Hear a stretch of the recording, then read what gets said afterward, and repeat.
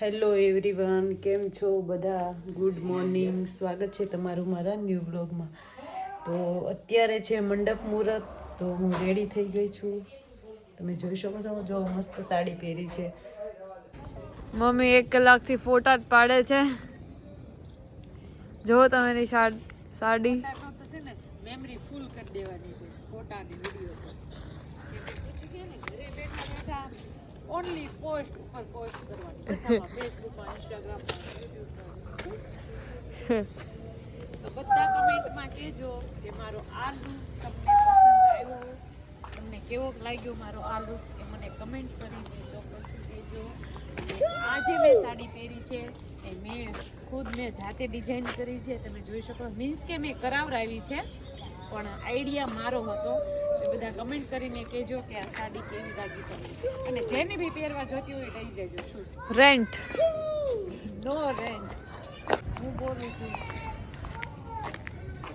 તારે ચશ્મા ન પહેરો હોય ને તો બાંધ દઈ દે, ખોટા ઓલા થઈ જાય. અને દુપટ્ટો હોય તે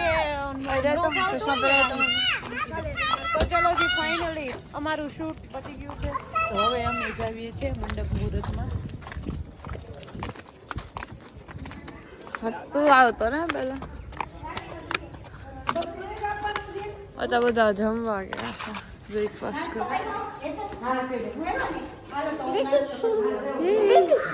એવું કર્યું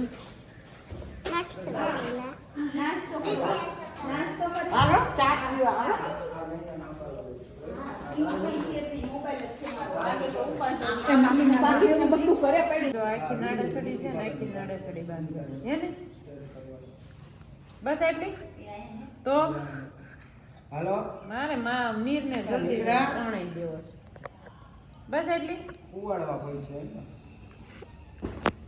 બસ હવે એટલી તો ઘણી.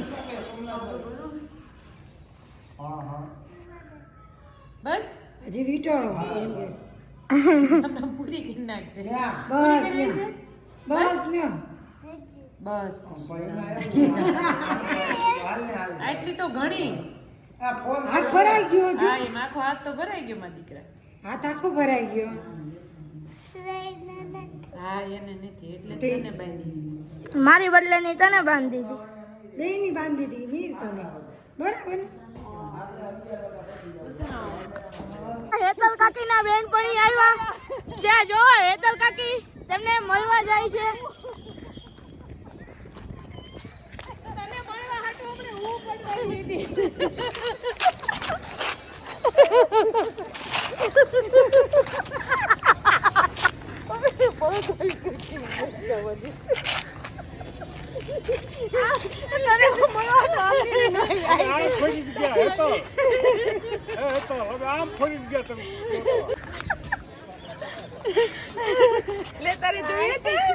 મમ્મી એટલે મારા માટે ગિફ્ટ લાવી છે. ના હો, મારી છે ઈ તો. એને ખાલી આ ફોટો પાડવા માટે છે. અસલ ગ્રંથાર કરવામાં આવે ને એટલે સાડીમાં મેં કીધું કઈ કરું તો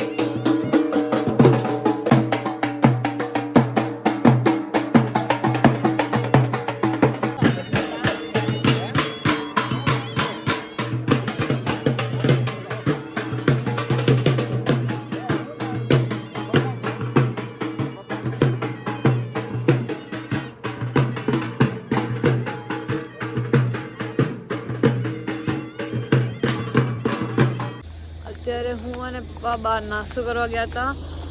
તો મમ્મી નહોતી ગઈ. અત્યારે જોઈ મમ્મી શું કરે છે. બે જણાને પહેરીને ચણિયો ગમે. હા એમ. હા, આ પછી મને દેખાડે ને એટલે પછી આવે. આ ગઈ